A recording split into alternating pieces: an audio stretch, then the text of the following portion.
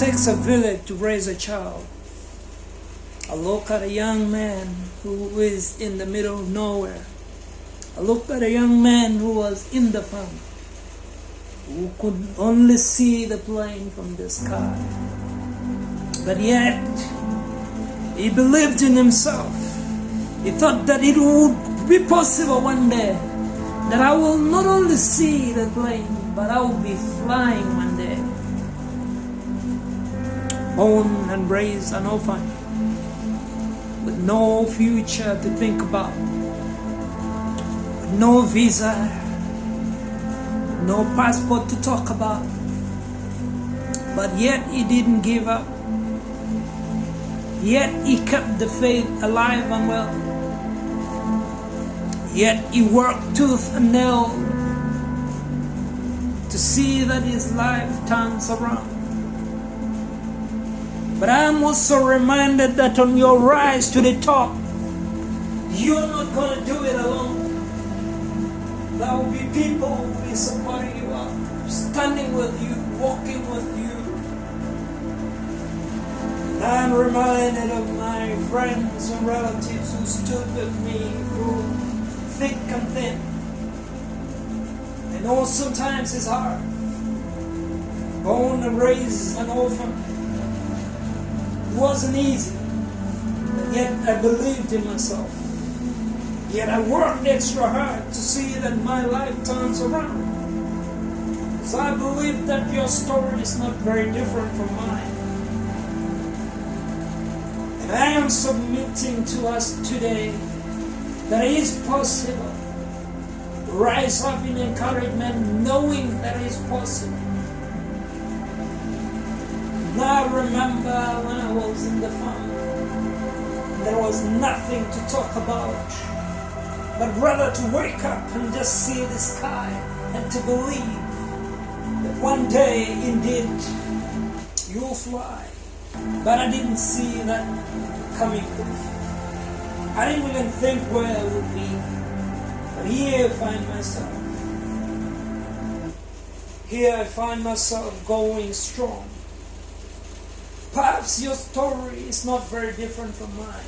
Perhaps you're like Gideon in the Bible, the least in your clan. But can I submit to you that never give up? Believe in yourself. Keep rising up until when you make it through. The battle is always hard when we are come right next door, when we are about to achieve what we want in our life. That's when the battle is always the hardest. But keep pushing through. Sometimes you're looking at your relatives, your uncles, your aunties, you're looking at your siblings, and you're thinking that your only hope, your only future is going to come through them. But yet God has a different story for you. God is saying that I'm going to send that person who is attached to your destiny, the person who is going to lead you to that great place that I want you to go and take your life.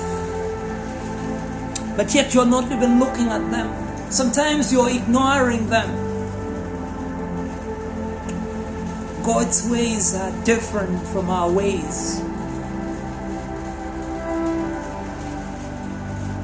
I don't know what you're going through right now, but I am telling you that that sickness can never derail you from achieving whatever God has planned for your life. The God we serve is the more than enough God. The God we serve is a God that has never failed. His help doesn't come from people, but it comes from Him because He is the Creator. And there is nothing that He can run short of. Perhaps your story is like for Naomi. In Ahab, you have lost everything. But I am telling you that in Bethlehem, there is much more to appreciate God for. Sometimes we've got to take off your attention from the pain and suffering that you're going through, but you rather look at whom can you be a blessing so that you have your life as well turned around. Just like Naomi, looked at Ruth and helped her to get the man that she wanted. That was none other than Boaz. I don't know what is your story. I don't know what your pain is about.